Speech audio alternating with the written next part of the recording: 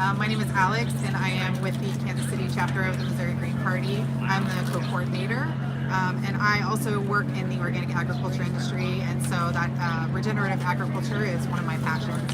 And so I just want to talk a little bit today about how the Green Party is promoting regenerative agriculture and how that sort of relates to our climate. So food is a necessity and a fundamental human right. All people have the right to adequate food and safe, nutritional, high-quality food, and those who grow it have a right to a fair return to their labor. And we like to call that climate justice, or agricultural justice. The United States industrialized agriculture system is highly destructive of the environment, of our people's health, and of our society's future. And unless that changes radically, we may face desertification, ecosystem collapse, mass extinctions, and starvation.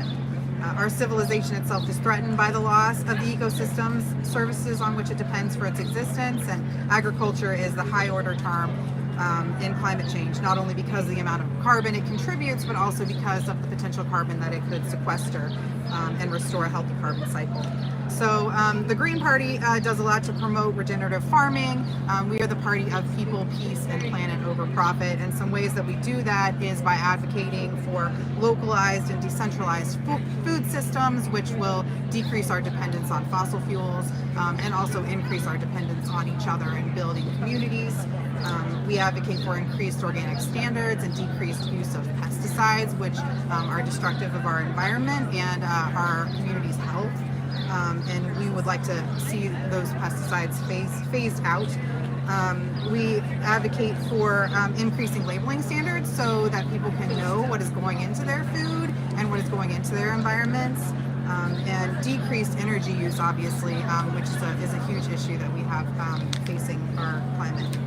We would like to see social justice climate issues addressed as well, including restoring farmlands to Native peoples and African American peoples who have lost their farmlands.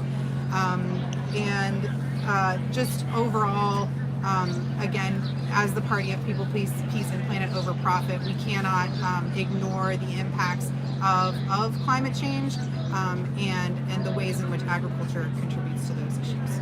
I think Chris is going to talk a little bit more about maybe militarism and the way that it contributes to climate change as well. Well, and I wanted to start by saying, why is the Green Party different from the Democrats and Republicans? And this morning I woke up and listened to Mindy Lorenz. She was the first climate candidate that ran, and it was in the 1970s early, and she put some important concepts of how the Green Party was different. And the one way is that there are Greens have found out there's limits to what nature can do, just like Native Americans live, is the way we need to go back to. And that Green Party concept is not of power, but not power over people, but power to cooperate with each other for a better earth and a better way of living. And the Green Party also operates with modified consensus within the constraints of what we're talking about. So what I found out from being in the Green Party is that you can learn from discussion and disagreement. You learn how to reach a consensus where everybody feels comfortable going forward.